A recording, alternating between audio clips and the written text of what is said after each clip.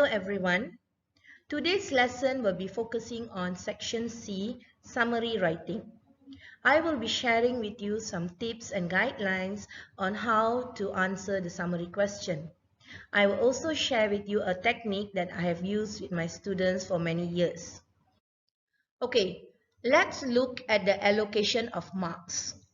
Summary writing is part of section C of your paper 2 with a total of 25 marks. Summary writing itself is given 15 marks. There are two aspects to consider. The first is content points, where you are given 10 marks, 1 mark for each of the content points. And for language, you will be given 5 marks. Now, you have to find 10 content points. For some summary questions, the text itself will contain more than 10 content points, sometimes even 15, 16 content points. But you will only be given a maximum of 10 marks for 10 content points. For language, most of the time students are able to get at least a 3 point for their language mark. However, if you are able to paraphrase, you are able to use your own words without changing the meaning, you may even get 4 to 5 marks for your language. Okay, let's look at the guidelines in summary writing. Number 1, you have to read the summary question first before reading the passage for the summary text. Remember, you have already read the text before this for your comprehension questions. Okay, so you're probably going to read this for the 3rd time. Now, the reading of the summary question will help you to focus on what you need to look for the summary task. Okay, so in this sample given below, based on the passage, write a summary on the problems faced by the Malayan tiger and other animals. So the key word here is the problems faced by the Malayan tiger. So as you are reading, your reading will be a more focused reading. Okay, second, now once you know the summary question, you are more focused, you are going to read the comprehension passage again. Okay, by reading the question, you should get an idea of what the passage is about. So it helps you to focus your reading and helps you to understand the passage and helps you to find the answers for your summary question. Now, number 3, do not change the tense used in the passage. Use the same tense.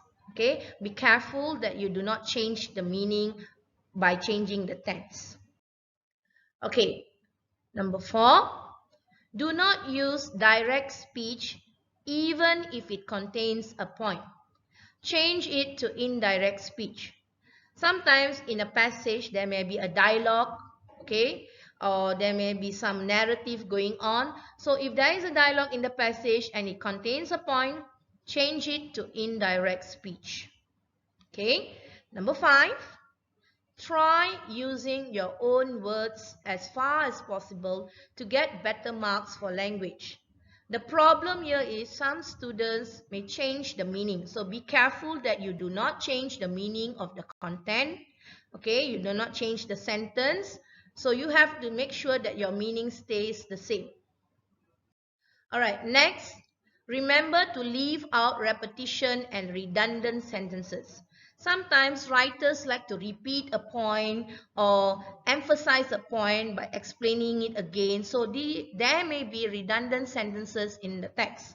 So leave out all these repetition and redundant sentences. Do not include them in your summary answer. Okay. Number 7, do not include also examples and lists that are unimportant. Right? The examples and lists are probably to explain the point, to clarify the point, to make sure you understand, to give examples and so on. Okay?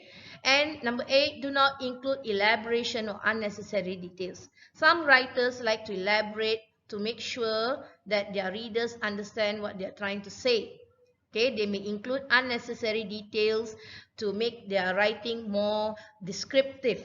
So it's not necessary for you to include all this elaboration or unnecessary details in your summary answer. Okay, and number 9, please remember, do not add your own opinion. Stick to the text, stick to the summary passage. Okay, and remember the question, what is being asked for the summary task. Do not add your own opinion.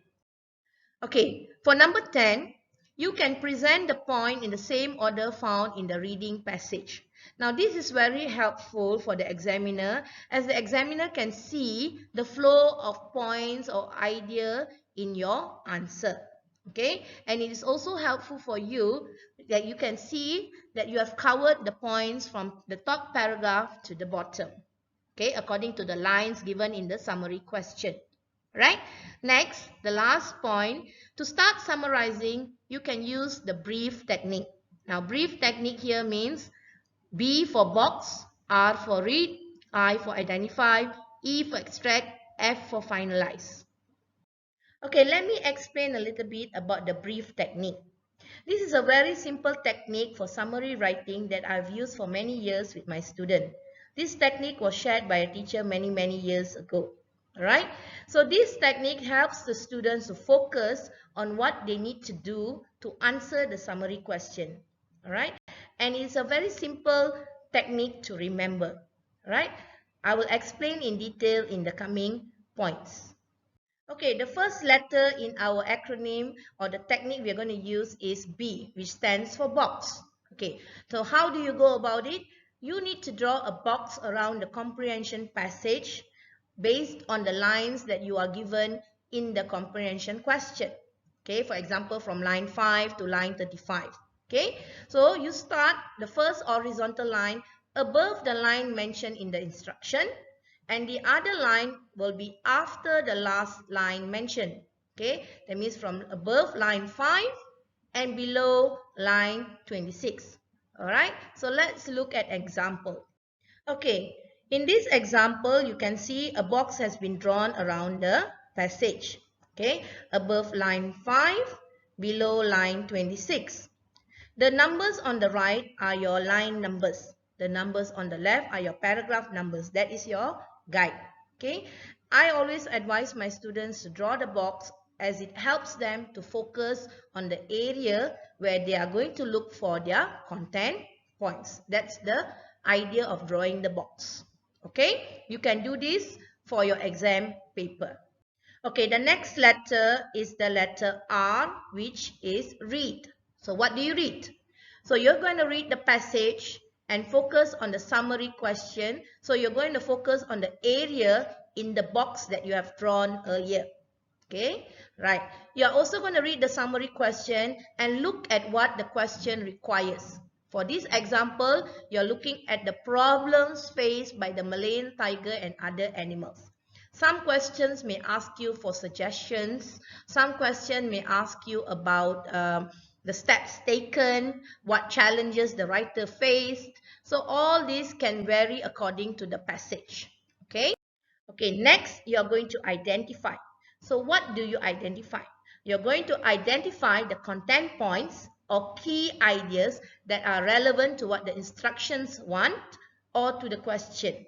Okay, be careful of what the question wants. Do not go way out. Do not look at irrelevant sections. Focus on the area that you have boxed up earlier. Okay, this will help you to identify the relevant content points according to your question. Alright, next step is to extract. So what do you extract? Extract means to take out. You're going to take out your content points. You already identified your points.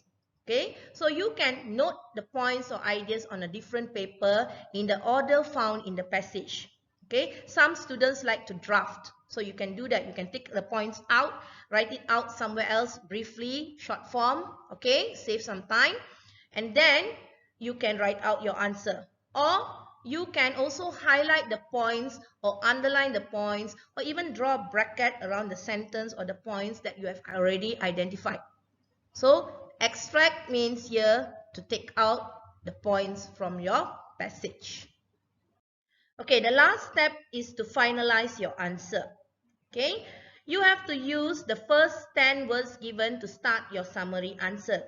Many students tend to forget this Alright, and straight away give their answers. Alright, this is not the right way. You have to write the 10 words and then continue with your points. Many times the sentences given are incomplete sentences. So you may need to complete the sentence before you proceed.